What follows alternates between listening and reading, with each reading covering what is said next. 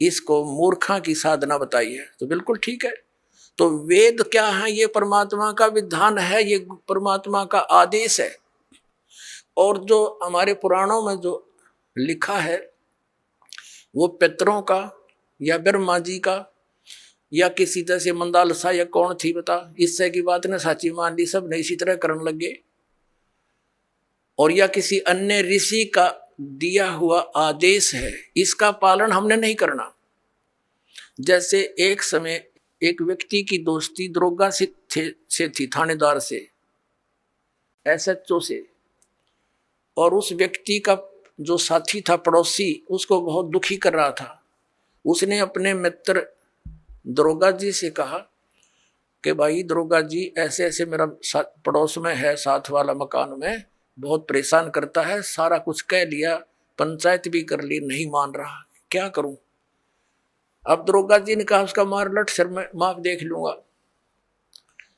दरोगा जी की क्या आदेश न लेकर उसकी आज्ञा का पालन कर दिया। उसने ये सोच कर आप संभाल लेगा, उस अपने पड़ोसी के साथ झगड़ा ठान लिया, लट्ठम लट्ठा हो गया, उसका सर में लठ लग गया, वो मर गया पड़ोसी। अब वो एसएचओ वहां का प्रभारी था, वो लाया उसी को पकड़कर हवालात में दे दिया, सजाए मौत होगी उसकी।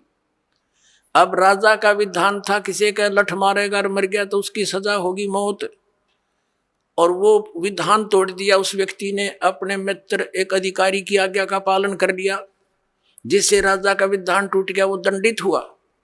इसी प्रकार इन पुराणों में लिखा हुआ जो आदेश है ये दरोगा जी का समझ लो इन पुराणों में। और वेदों में संविधान समझो भगवान का संविधान अगर तोड़ दिया इन दरोगा जी के कहने से, पुराणों के या इन नकली धर्म गुरुओं के कहने से, इन शास्त्र विरुद्ध साधना कराने वाले आचार्य और शंकराचार्यों के आदेश से हमने ये क्रिया कर ली, तो हम दंडित होंगे, हम पितर ही बनेंगे, यानी मौत की सजा मौत की मिलेगी। तो ऐसी गलती हम तो ना करें भाई, और करियो भी मत। एक जीवित उदाहरण दास आपको देता है। मेरे पूज्य गुरुदेव जी ब्राह्मण वर्ण में जन्मे थे।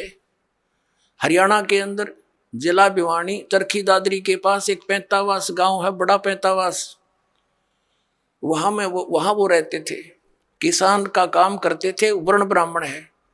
पुणात्मा ब्राह्मण कोई जाति विशेष नहीं, दास बहुत बार कहता है कि देखो ब्राह्मण बेदक जा, कि ब्राह्मणों के विषय में कह रहे हैं, नहीं।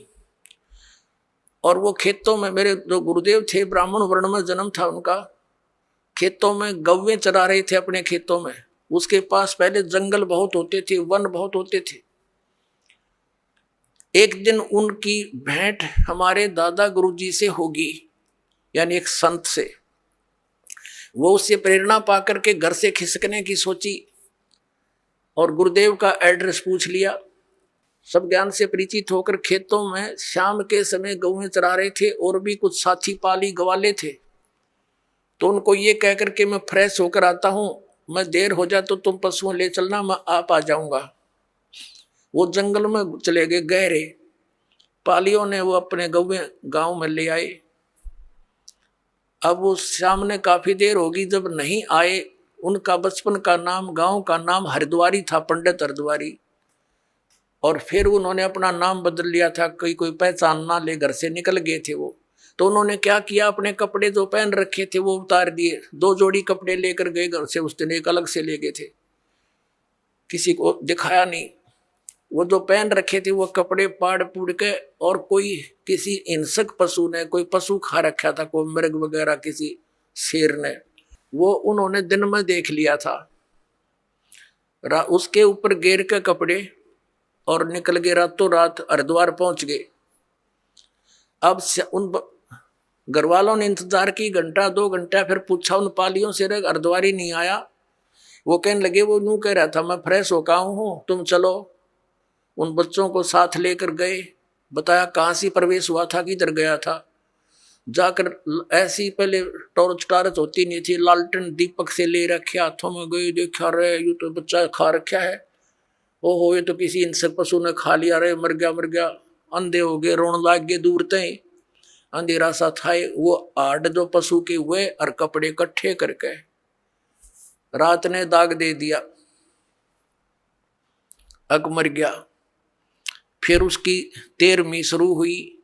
पहले तो आए महीने का लठ गड्ढा करता है, वो आए महीना ब्राह्मण जिम्या करते। अब वो ब्राह्मण न्यारे हैं जो कर्मकांड करने वाले, तो वो सारा काम कर दिया। वर्षी भी बना बनू दी, और फिर हो गए श्राद्ध शुरू है कि यो थारा बे औलादा मर गया, निसंतान मरा हुआ है, और इसकी अच्छी सेवा करनी चाहिए, नहीं तो क्योंकि तुम इनका हक खा रही हो। जमीन थी इनके नाम, और वो बन रहे भक्त संत बन गए, दुनिया का उद्धार करें। एक बार जब मेरे पूज्य गुरुदेव जी 105-6 वर्ष के हो गए, सतलोक जाने की तैयारी हुई। तलवंडी भाई फिरोजपुर जिला पंजाब में उनका आश्रम, एक इसमें खन्ना के अंदर था, एक मोगा के अंदर था, एक नजफगढ़ आश्रम था। तो तलवंडी भाई वो ज्यादा रहते थे, तो वहां से दास को उसमें आदेश दे रखा था नाम देने का। बहुत से शिष्य भी उनकी प्रेजेंस में दास के हो गए थे। 2 बच्चों की सेवा लगा रखी थी, उनकी सेवा में छोड़ रखे थे। तो उनका संदेशा आया कि गुरुजी यहाँ 45 आ चुके हैं। तो दास भी पहुंच गया 3-4 भक्तों को लेकर गाड़ी से। वहां देखा वो गुरुजी बैठे, प्रणाम हुआ। फिर उनकी एक भाभी जी थी, वो 92 वर्ष की हो रही थी, 92 ईयर ओल्ड थी। उससे बातचीत हुई। हमने उनसे पूछा कि माता जी, जब हमारे गुरुदेव यहाँ से चले गए तुमने क्या सोचा पीछे थे? वो कहने लगी जी मैंने तो ये सुना था कि ये इनकी मृत्यु होगी। तेरा एक देवर था और वो ऐसे ऐसे जंगल में किसी पक्षी ने पशु ने खा लिया था, हिंसक ने, और मैं आई जब तक इसके श्राद्ध निकला करते, और 70 श्राद्ध मैंने अपने हाथ से निकाल रखे इसके। और जब भी कभी कोई ऊक चूक घर में हो जाती, पशुओं में कोई हानि होती, फसल में हानि होती, हम अपने गुरुजी ब्राह्मण के पास जाते थे, उससे जंतु पितरा पुत्रा पढ़वाते थे। वो क्या कहा करता कि तुम्हारा अर्धवारी निसंतान मरा हुआ है और वो तुमने सिद्ध है, तुमने हानि करता है, उसके 500 कपड़े बनवाओ, उसके श्राद्ध अच्छी तरह निकलवाओ और उसका फलाना कर दो। वो जो कुछ भी कहता वो सारा करते हम, और फिर भी न्यू कहता इनका ठीक से श्राद्ध नहीं, अगली बार मैं करूंगा अच्छी तरह। 70 तो श्राद्ध करवा दिया, रियो बैठा न्यू का न्यू। अब मैं कहने लगा माता जी देखो गीता जी में मना कर रखा है 9वें अध्याय के 25वें श्लोक में कि भूत पूजनीय भूत बनेंगे, पितर पूजनीय पितर बनेंगे, ये पूजा नहीं करनी चाहिए। अरे वो आपके सामने जीवित उदाहरण रहा, ये मूर्ख बना रहे थे आपको। और वो साधना को वो कोई सच्ची बात थी इन लोगों की?